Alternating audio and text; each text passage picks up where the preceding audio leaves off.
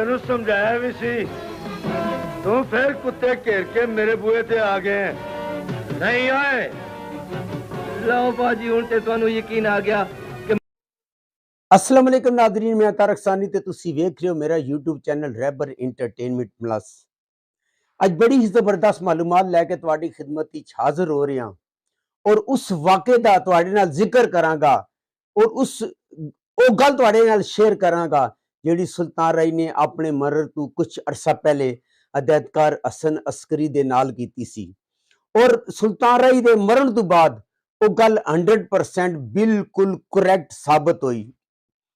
अगर तुसी मेरे चैनल ते नवे हो तो मेहरबानी फरमा के मेरे चैनल नू सब्सक्राइब करो, लाइक करो ते शेयर करो।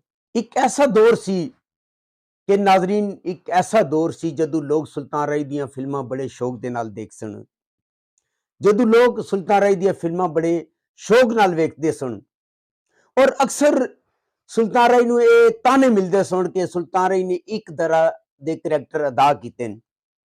लेकिन तुसी कोई मैनू ऐसा एक्टर दुनिया ही दस दिओ, दुनिया च कोई मैनू कोई ऐसा एक्टर दस दिओ जिसने 1972 तो लैके 1994 तक या 1996 तक सुल्तान राय दी डेथ तक एक तरह दे करैक्टर कीते होण और वो इंडस्ट्री दे अंदर चल सके।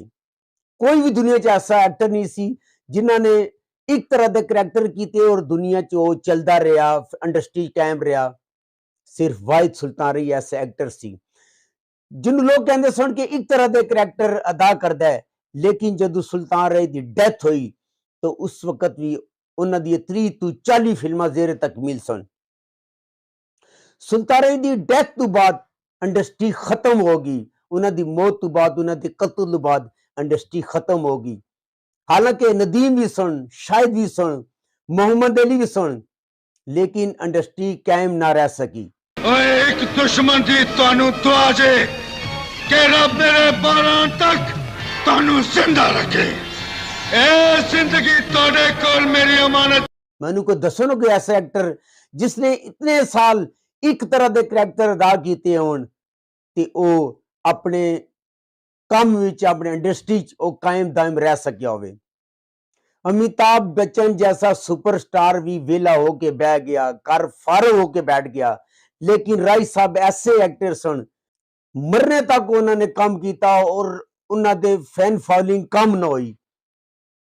उन्होंने अपने मरण तो पहले कुछ अर्सा पहले अदायतकार हसन अस्करी कहते हैं कि उन्होंने अपने मरण तो पहले कुछ अर्सा पहले मैनू एक गल कही सी और जदों मैं तजिया किया उन्होंने डेथ के बाद 2010 की गल उन्होंने दसी है कि मैं डबिंग स्टूडियो के अंदर बैठा है सा, दूर दूर तक किसी इंसान की आवाज नहीं सी, दूर दूर तक किसी इंसान की आवाज नहीं सी और दूरों कुत्ते भौंकण की आवाज आ रही थी ते मेरे कन्ने च अचानक एक सरगोशी हुई ते सुल्तान राय दी वो गल मैनू याद आ गई।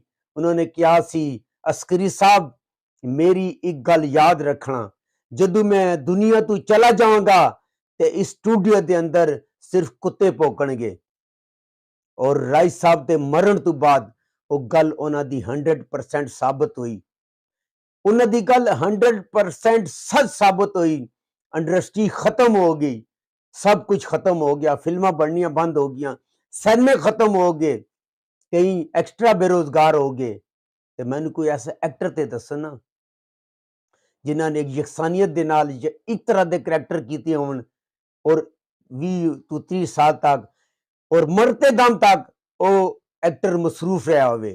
दुनिया कोई भी ऐसा एक्टर तो नहीं मिलेगा, वो सिर्फ हाजी मोहम्मद सुल्तान राय जिहड़ा फन दा समुंदर सी। नाज़रीन, अगर तुहानू मेरी मालूमात अच्छी लगी होवे मेरे चैनल नू लाइक करो, सब्सक्राइब करो ते शेयर करो ते नेक्स्ट वीडियो तक रब राखा।